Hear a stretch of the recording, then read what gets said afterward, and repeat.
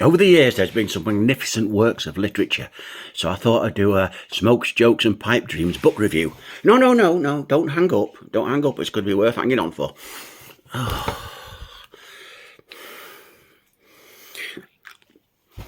Who can forget the timeless classic about love on a diuretic ward, Yellow River, by I.P. Daly? Magnificent. Female Satisfaction by Emma Biggin. Or even the child's nocturnal classic, Rusty Bedsprings by I.P. Knightley. Wonderful books. But here's a tale I'm going to tell. War of the Worlds by H.G. Wells. A story known by quite possibly half the Western world about the unforgettable tale of Martians invading the Earth and generally giving us a bad do.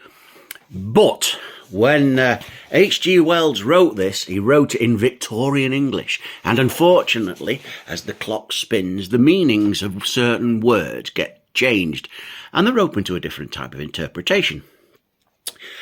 A classic example of that is in the passage which I'm about to read now. I'll set the scene. The Martians have landed. They've demonstrated their prowess with the heat ray, and the magnificent tripods are advancing on London, sweeping the human defences out their way like they're not there at all. And this is where we join the story. The bells of the neighbouring church made a jangling tumult. A cart, driven carelessly, smashed amid shrieks and curses against the water trough up the street. Sickly yellow lights went to and fro in the houses, and some of the passing cabs flaunted unextinguished lamps.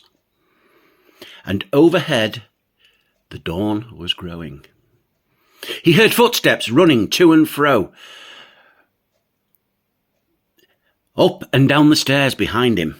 His landlady came through the door, loosely wrapped in a dressing gown and shawl. Her husband followed, ejaculating.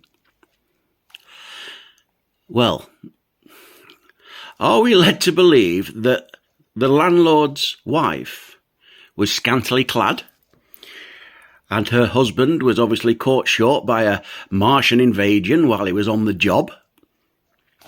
Well, I bet that's not the impression H.G. Wells conjured up when he wrote this book, but unfortunately, was he having a knee trembler? We'll never know. Remarkably, that is not the only instance. The story continues, where the journalist finds himself trapped in the debris of a ruined house, along with the curate, and the journalist, being desperately afraid of the fate of his wife, was racked by bouts of worry and anxiousness. I'll refer you back to the book.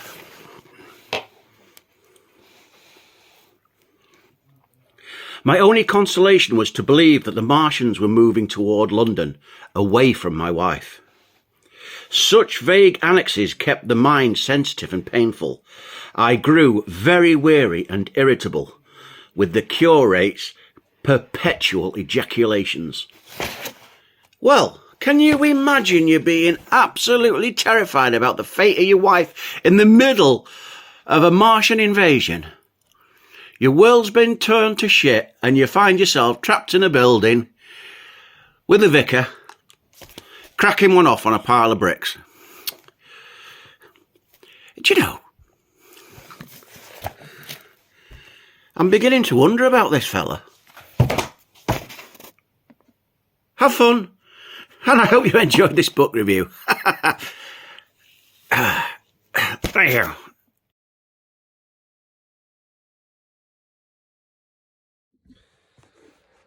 Ha-ha! Book review time, Bob. Hey, you don't half look like Rolf Harris with that silly thing on your head and them glasses. I'll tie me kangaroo down, Spot. I tie me kangaroo down, Shaggy Wallaby. Two little boys had two little toys. One had a wooden horse. Anyway, right, my review is Bobby Charlton, my years at Manchester United. And I read this book a few years ago, and this passage stood out. I thought this was quite amusing at the time, because Bobby Charlton, being a fantastic player, He grew up in the Newcastle area, and I think his uncle was Jackie Milburn, a very famous Newcastle footballer. But he was from like a footballing family, and but he wanted to play for Manchester United. He was impressed with the youth setup and the people there. So he finished school early. Well, he used to finish at 15 then. He moved to Manchester, in like a boarding house. And but his mum wanted him to carry on. He's studying, so she got him a place at Stretford Grammar School. So he just started, and he wasn't very academic. He said he wasn't really into being in the classroom. He wanted to be out playing football. Anyway, so have a listen to this.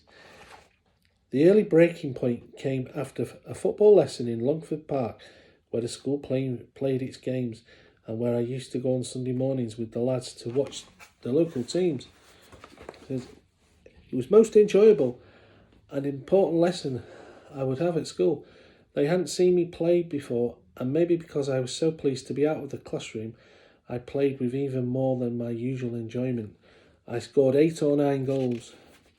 The games master came to me as I was changing and said, "You're in the school team from now on." I asked him when we'll be playing, and was shocked when he said Saturday mornings.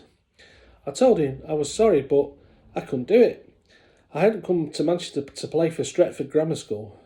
I played for Manchester United on Saturday mornings. "Well, you can't anymore," he snapped. "Your first duty is to your school. You're in the team for the rest of your year." I was terribly dejected as I fastened the knot on my school tie. I probably never felt more depressed. The games teacher said he can't play for Manchester United on a Saturday. He's got to play for Stretford Grammar. So yeah, I read it. It's a really good book. So basically, he just went, "Well, stay out of your house," and and he just went kicking a ball round the back of Old Trafford and sweeping the terraces and all that, and then they found him a job in like a factory, engineering place, which is all round there, and he did that till he was 17, and then he could properly sign for Manchester United, and that was it. And the rest is history. But wait, it's fascinating. Fascinating read, this book. It's really, really good book. If you're into football, it's really, really worth a read.